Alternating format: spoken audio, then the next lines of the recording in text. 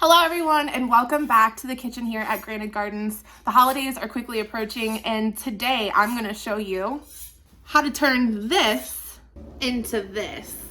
I'm going to have all the ingredients required to make all of this, including the pie, the crust, listed down below.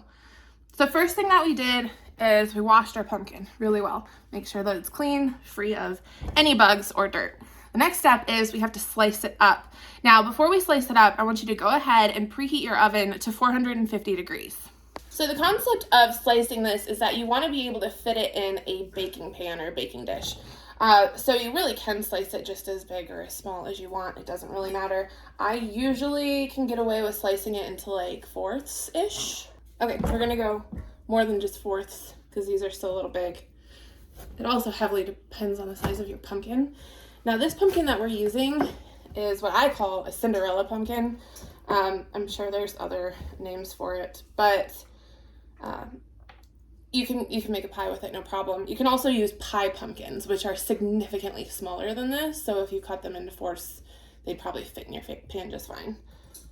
Now this whole pumpkin is going to give us far more pumpkin puree than we need for one pie. So just for the sake of knowledge, if you are looking to just make one pie, one small pie pumpkin is going to be plenty. We usually just freeze our leftovers and then make more pies throughout the year. I think last time it was 3 or 4 gallon bags. Yeah. Once your slices are sliced into fairly equal portions, you want to make sure that most of them aren't much bigger than or smaller than others because they'll be done at different times. So like this, we want to slice this one more time. This should be about a good size. You're going to go ahead and transfer them into the pan. Next, what you want to do is you're going to want to take out the inside, the guts of the pumpkin. It works well with a small spoon. At this point, if you want to save seeds to either plant pumpkins next year or to bake pumpkin seeds, this will be the time to do it. So you just want to scoop out the stringy stuff down to where it looks like it's more of a solid piece of flesh till you get something that looks like this. Once you've cut your pumpkin slices into pretty manageable pieces, you want to find a deeper baking dish and you want to set them in so that they're not overlapped, so that they aren't really touching as much as possible. I did not get my entire pumpkin in here. That is fine, but this will be plenty for us to start with right now. So once you have this step, you want to fill the bottom of the baking dish with, I would say, maybe like 1/4 to 1/2 inch of water. And it should look something like this, if you can see.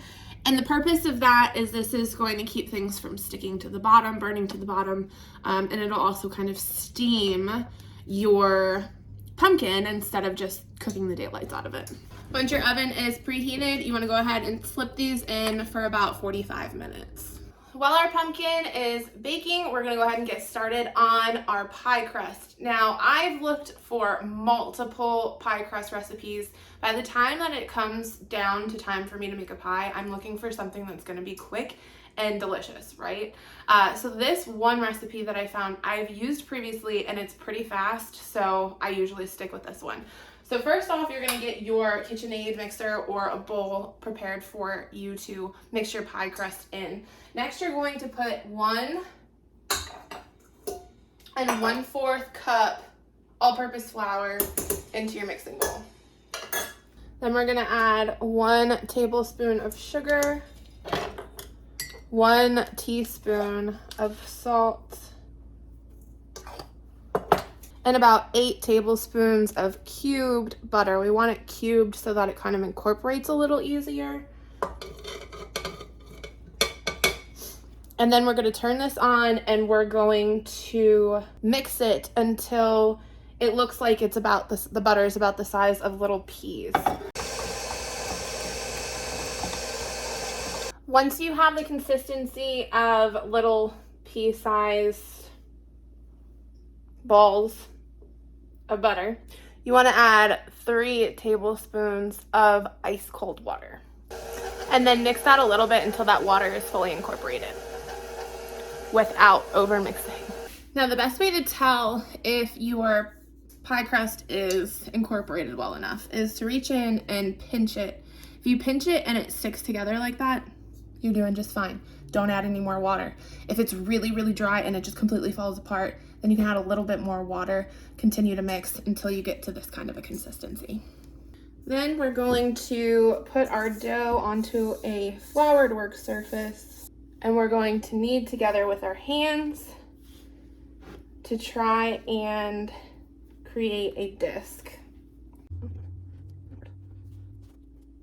Okay, it looked really dry at first, like really dry. I wasn't sure.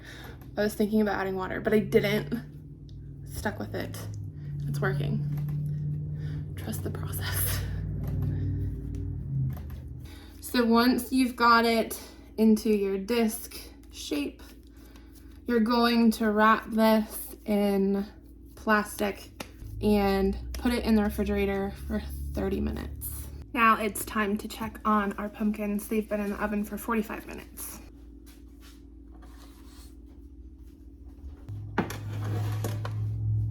Now the best way to check these and make sure they're done, I can tell just by looking at them that they are, but just try to pierce the flesh with a fork. If it sticks in there really easy and it's like mushy, then it's entirely done. If it's still really hard to get a fork through, pop it back in the oven for another like 15-20 minutes. We're gonna let these cool until I can at least touch them, and then we'll throw them in the food processor. Okay, once it's nice and cool to the touch, we're going to go ahead and release the flesh from the skin of the pumpkin. And once we get the flesh off, we're gonna go ahead and stick it into our food processor. Once we get everything in here, go ahead and we'll pulse it and make it nice and smooth.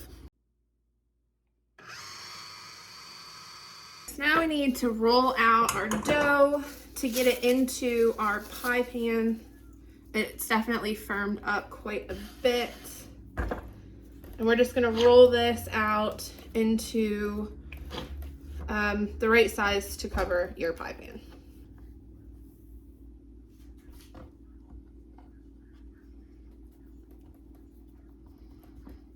So next we're going to make our pie filling. So first and foremost, we need 1 3/4 cup of our pumpkin puree.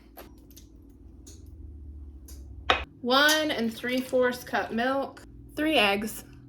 Ours are water glassed because our chickens decided that they're going to be freeloaders this winter. We're gonna do a 1/2 teaspoon of nutmeg.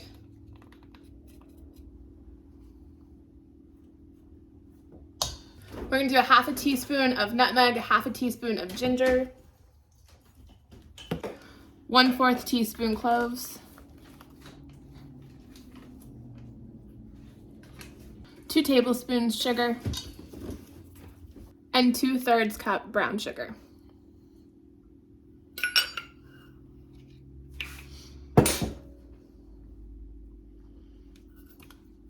Then we're gonna add a pinch of salt and about a teaspoon of cinnamon. Then we're gonna mix it up really good. Our whisk broke, so I'm using a spatula. Then you're gonna pour your pie mix into your prepared pie crust, and we're gonna bake it at 425 for about 15 minutes. You're gonna wanna cover the edges of your pie crust at this point because you don't want them to cook too fast and turn brown on you. So we're gonna do 15 minutes at 425 with our crust covered on the edges. Then we're gonna reduce it to 350, and we're gonna go at 350 for an additional 45 minutes to make sure that the center of this gets cooked really well. And when it's done, you should have something that looks like this. I love making homemade pumpkin pie just because, number one, usually right after Halloween, pumpkins will go on pretty big discount, even the ones that are good for pie making.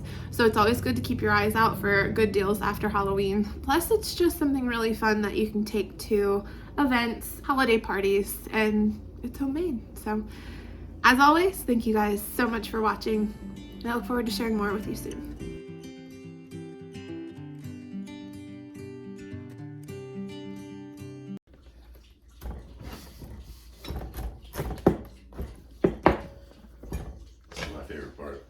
I mean, I can tell, but like, if you want to do it, you're more than welcome. Yeah, I'm just waiting for you to ask.